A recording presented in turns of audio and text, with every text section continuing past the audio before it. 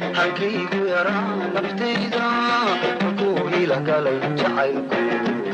ugu dambayntiina waxaa la iska yaqaano in qofku marka uu guursanayo si kasto hayntiisu ay tahay uu dadaal dheeraada muujiyo arooska waxa la iska rabaa markay ugu liidato fargal qaaliya oo markaasi ninku uu siiyo lamaanihiisa nolosha ay wadaagayaan iyo waliba lacagtii lagu xafladeyn lahaa ee fantasiyaha arooska lagu dhigi lahaa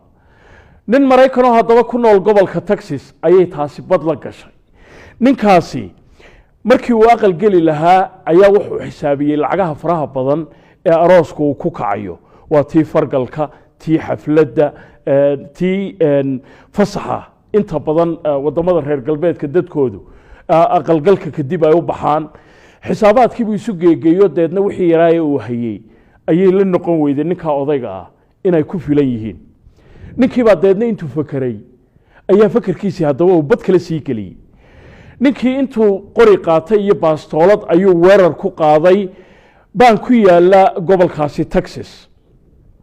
weerarkii baankaasi uu ku qaaday ayaa hadaba waxa la yaab leh ninkaas oo sida arkaysaana ninkaasi dhalinyarada ah shaqaalihii baanka ayaaba u sheegay ujeedada u socdo oo wuxuu yiri warniga waa guursanaya deedna waxna ma haye ku soo shuba intaas oo dhan sida caadiga ah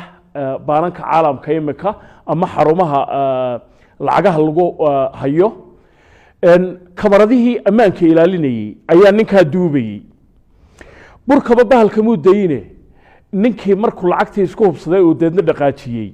ee isleeyay wallahi hadun bay ku gashay ayaa bilayska gobolka Texas waxa sawirkiisa iyo muuqaaladiisa markii uu baanka dhacayay iyo wixii uu ku hadlayay iyo xaajaadkiisa oo dhan ay soo dhigay Facebook-gooda ninkii odayga ahaa oo mabsuud ah oo isla wallahi hadun bay ku gashay ayaa gabadhii hadaba ay isguursan lahaayeen ee wali aanay iscalfanin ay ka aragtay muuqaaladiisa Facebook-ga bilaysku ay leeyihiin iyadoo la leeyahay ninkan yaa garanaya dadna isagii bay la hadasho waxay tiorniyo muuqaaladaasi halkaas ku jiraan waxa lagu qaatay inaad dhiibtid ninkii taladeedii buu qaatay deemalaha waxay muujinaysaa jacaylka faraha badan ee uu gabadha qudheeda u qabay oo dadna bilayskii buu tagay dambigii uu sameeyay oo uu qirtay